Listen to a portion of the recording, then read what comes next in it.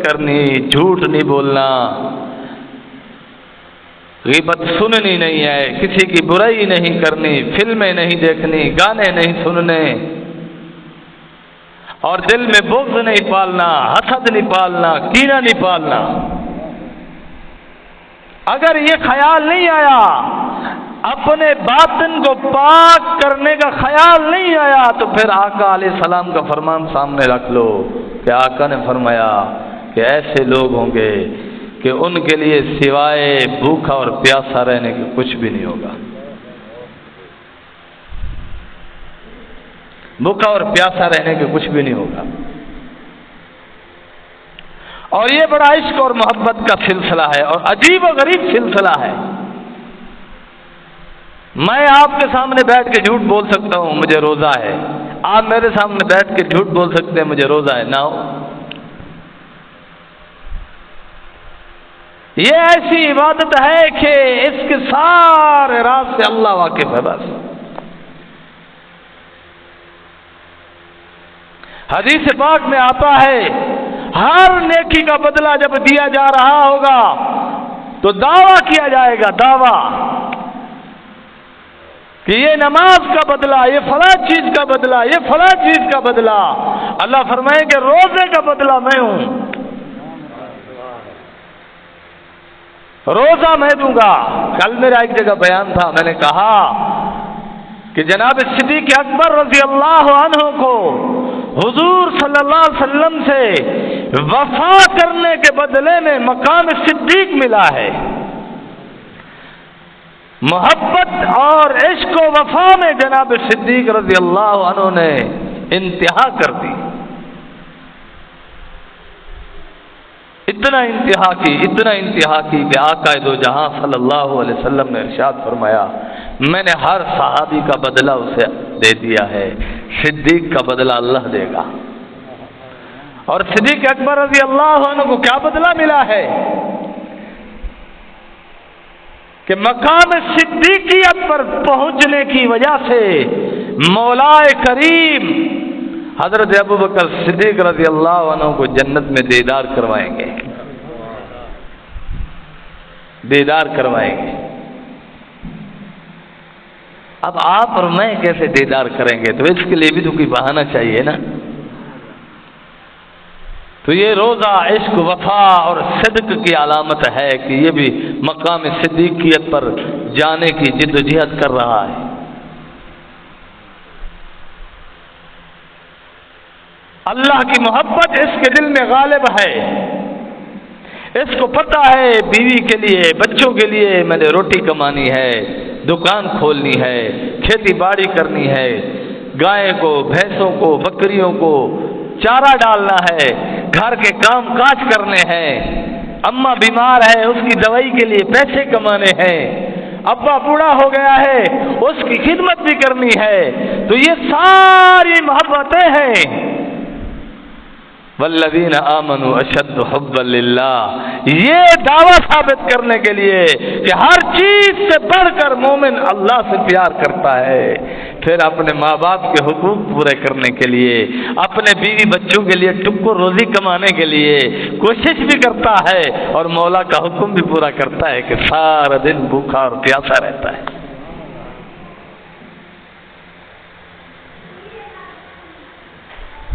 محبوب جب عاشق کو تکلیف سے گزارتا ہے، ناز کرتا ہے، تو ناز کے بعد وہ اپنی خاص الخاص توجہ اپنے عاشق کے دل پر ڈالتا ہے کہ عاشق کو قرار آ جائے، سکون آ جائے، اس سے لطف آ جائے۔ تو جب اللہ کے لیے بندہ تکلیف اٹھاتا ہے، سارا دن بھوکا رہتا ہے، پیاسا رہتا ہے، سارا دن مشقت اور تکلیف اٹھاتا ہے، اس کے جسم میں وہ طلب ہے کہ اس کو پانی دیا جائے، اس کو کھانا دیا جائے، مومن کہتے ہیں نہیں وقت ہو لینے دے،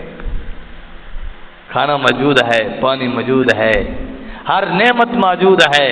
لیکن انتظار کیے جا رہا ہے، انتظار کیے جا رہا ہے کہ وقت آ جائے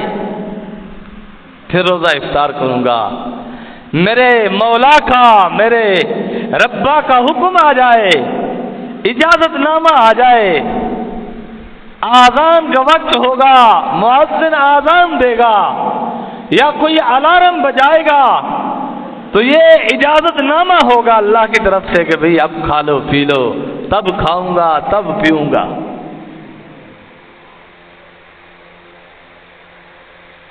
فَسَنُيَسِّرُهُ لِلْيُسْرَىٰ۔ علامہ آلوسی رحمۃ اللہ علیہ نے اس آیت کی تشریح میں بڑی عجیب بات لکھی ہے، فرمایا جنت میں جانے کے لیے اللہ مومن کی تیاری کروائیں گے، اور وہ تیاری ایسے ہوگی کہ ہمارے باطن کو پاک کیا جائے گا، کیونکہ جنت پاکیزہ جگہ ہے، وہاں جو بھی جائے گا پاک جائے گا، تو وہاں جانے کے لیے جسم کا پاک ہونا بھی ضروری ہے، وہاں جانے کے لیے دل کا پاک ہونا بھی ضروری ہے، وہاں جانے کے لیے آنکھوں کا پاک ہونا بھی ضروری ہے، وہاں جانے کے لیے کانوں کا پاک ہونا بھی ضروری ہے، وہاں جانے کے لیے زبان کا پاک ہونا بھی ضروری ہے، اعضاء کا پاک ہونا بھی ضروری ہے، ظاہری طور پر پاک ہونا بھی ضروری ہے، باطنی طور پر بھی پاک ہونا ضروری ہے۔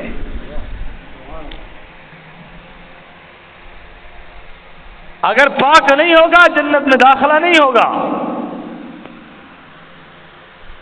میرے پیر و مرشد شاہ جلیل احمد اخون صاحب دامت برکاتہم العالیہ نے بڑی پیاری بات فرمائی حدیث کی تشریح میں، کہ فرمایا اپنے سارے اعضاء کو اگر پاک کرنا ہے تو مولا کے حضور رات کی تنہائی میں صرف ایک آنسو کافی ہے، ایک آنسو، احساس ندامت ہوا کہ یار میں کیسی زندگی گزار رہا ہوں، کہ میں اپنے مولا کو ناراض کر رہا ہوں، اپنے مولا کے دیے ہوئے احکامات پر عمل نہیں کر رہا، میں کیسا غافل انسان ہوں۔ اس احساس نے اسے آنسو بہانے پر مجبور کر دیا، تو یہ ایسا قیمتی آنسو ہے جو اللہ کے خوف سے، اللہ کی محبت سے، احساس ندامت سے آنکھوں سے گرا ہے کہ اس کے دل کو، اس کے اعضاء کو ہر طرح کے گناہوں سے اس کو پاک کر دے گا۔ اگر یہاں نہیں روئے گا، یہاں آنسو بہا کر اپنے باطن کو پاک نہیں کرے گا، گناہوں سے خود کو اللہ کے حضور پیش کر کے آنسو بہا کے پاک نہیں کرے گا، تو پھر یہ گناہ اتنے خطرناک وہ ہیں، کیمیکل ہیں کہ ان کے ایسے داغ پڑتے ہیں باطن پر کہ پھر انہیں دھونے کے لیے جہنم میں جانا پڑے گا آپ کو، پھر جہنم میں ڈال دے گا مولا کہ جائیے دنیا میں آپ نے آنسو بہا کر اپنے ان کیمیکلوں کو، جو گناہوں کا گندا کیمیکل ہے، آپ نے اس کو نہیں جلایا، اس کو تقوی کا آپ نے رگڑا نہیں لگایا، روزے کی مشقت کا، بھوک اور پیاس کی مشقت کا رگڑا آپ نے اس کو نہیں لگایا، تو اب جہنم کی آگ کا رگڑا لگے گا، پھر پاک ہوگا۔ تو اس لیے دنیا میں مولا سے یاری لگا لیں، دنیا کی زندگی میں مولا سے اپنی یاری پکی کر لے، کام آسان ہو جائے گا۔ دنیا 4 دن کی زندگی ہے، مولا کو راضی کر لے، ہمیشہ ہمیشہ کی زندگی، ہمیشہ ہمیشہ کا مزہ، ہمیشہ ہمیشہ کا لطف ہوگا۔ محنت کریں، حلال کمائیں، اگر آپ کے مقدر میں نہیں ہے، تھوڑا مل رہا ہے تو آپ اس پر رنجیدہ نہ ہو، آپ کو ٹکر تو اللہ روز کا دے رہا ہے نا،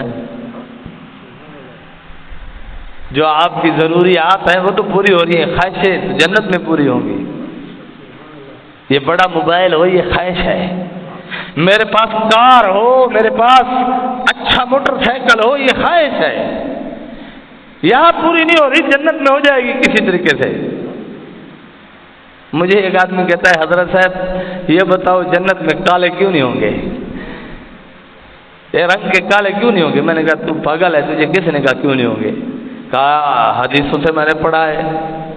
میں نے کہا تو نے یہ نہیں پڑھا پھر کہ اللہ جنت میں ہر خواہش پوری فرما دیں گے؟ کہا میں نے کہا تو کہہ دینا مجھے کالا کر دو، تجھے کالا کر دیں گے۔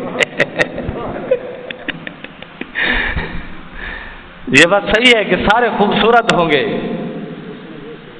سارے خوبصورت ہوں گے، سب کو حسن یوسف عطا کیا جائے گا، لیکن میں نے کہا اگر تیرے دل میں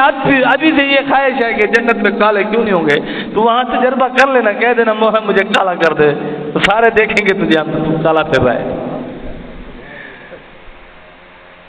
بھائی سارے مسلمان چاہے جس نام نسب سے جس برادری سے تعلق رکھتا ہے، یہ برادریاں یہ نام نسب قبائل لتعارفوا، یہ صرف تعارف ہے، اصل تقوی ہے۔ ان اکرمکم عند اللہ اتقاکم، اللہ کے ہاں تقوی کا بہت بڑا مقام ہے، بہت بڑا مقام۔ اللہ سے دعا ہے رب العالمین عمل کی توفیق عطا فرمائے۔ وآخر دعوانا ان الحمد للہ رب العالمین۔